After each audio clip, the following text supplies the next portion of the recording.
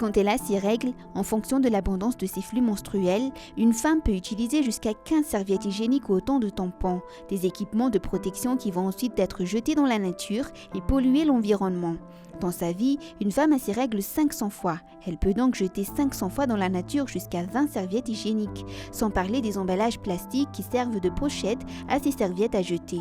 Autant de déchets qui peuvent pourtant être évités. C'est donc dans un souci de protection de l'environnement que certains entrepreneurs se sont lancés dans la production de protections périodiques alternatives, les serviettes hygiéniques lavables et les culottes menstruelles. Ny antony tonga anay hoe nanamboatra an'le protection hygiénique réutilisable satria ny tanjona anay dia mampafantatra ny alternative azo ampiasaina mba tsy handotona ny tontolo iainana sady mikajy ny tontolo iainana zany le fitaovana ampiasainao satria tsy miteraka fako no tsara kokoa amin'ny fahasalamanao satria vita amin'ny coton. Les serviettes jetables zany ny tena ohatrany hoe mahasamihafa azy amin'ny serviette réutilisable na lavable, ny serviette jetable misy plastique, misy produits chimiques matetika ao anatin'le matière anamboarana anazy. Mais les serviettes réutilisables ne sont pas seulement éco-friendly. Elles sont généralement plus hygiéniques et préservent la santé de celles qui les utilisent. Elles ne sont pas non plus uniquement faites dans des tissus grossièrement pliés comme ceux des anciens temps.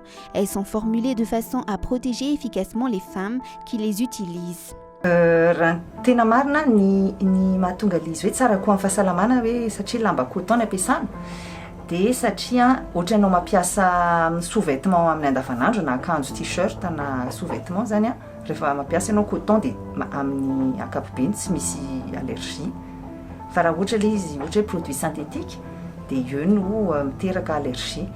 Ny lamba ao anatiny lamba absorbant zany dia misy tissu imperméable mba tsy hatateraka an'le raha zany rehefa ampiasainao le izy dia le lamba eo ambony coton 100%. À part les serviettes hygiéniques, les culottes menstruelles sont aussi aujourd'hui sur le marché. Comme les serviettes lavables, elles sont réutilisables et lavables et allient confort, hygiène et santé. Ny culotte menstruelle zany mampiavaka azy efa ao anatin'le culotte le protection hygiénique. Zany hoe tonga dia anaovana zany le culotte dia tsy mampiasa protection hygiénique afa-tsony ianao. Dia resaka confort aloha anankiray moa ny tissu ampiasana amin'le culotte ihany koa tissu fibre de bambou. Ny fibre de bambou sady antibactérien ou anti-odeur. Des misy tissu imperméable respirant anatiny. Serviettes et culottes menstruelles réutilisables impliquent évidemment les corvées du lavage, ce que les femmes modernes ont voulu éviter avec les serviettes jetables. Pour préserver ce côté pratique, tout en réduisant les déchets, la coupe menstruelle inventée dès le début du XXe siècle s'est particulièrement développée dans les années 2000. Fabriquée dans de la silicone, elle s'insère dans le vagin où elle recueille le sang menstruel. Elle doit ensuite être vidée, rincée, toutes les 4 à 6 heures.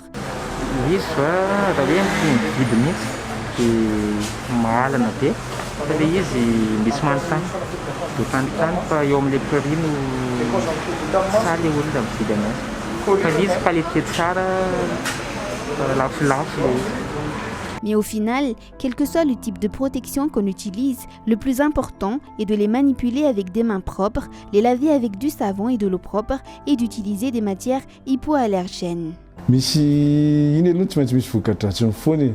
Voalohany indrindra le kalitao aloha dia amin'le fahadiovana iny zava-dehibe mety fahadiovana iny raha tsy sanatria ka maloto fampiasana anazy maloto ny fikirakirana anazy maloto ny rano nanasana anazy raha ohatra ka hoe le lamba ampiasaina isam-bolana le izy dia iny tsy maintsy mitarika misy otrikaretina dia misy infection. Raha ohatra koa ratsy le kalitao ka tsy hoe coton iny koa mitarika le coton zany matetika miabsorbe mitroka an'le raha fa raha hoe ny zavatra hafa hoe synthétique le izy dia miandrona ivelany le raha dia mety mitarika infection hafa koa ny hoe champignon na zavatra hafa. Dia ny matetika le serviette hygiénique le hoe azo jeter reny arakaraka ny zavatra nanamboarana azy. Dia eo koa nefany arakaraka ny toe-batan'le vehivavy ihany io satria ny zavatra ratsy voalohany amin'izy iny dia misy olona vehivavy tsy mahataty hoe allergique amin'le zavatra nanamboarana azy.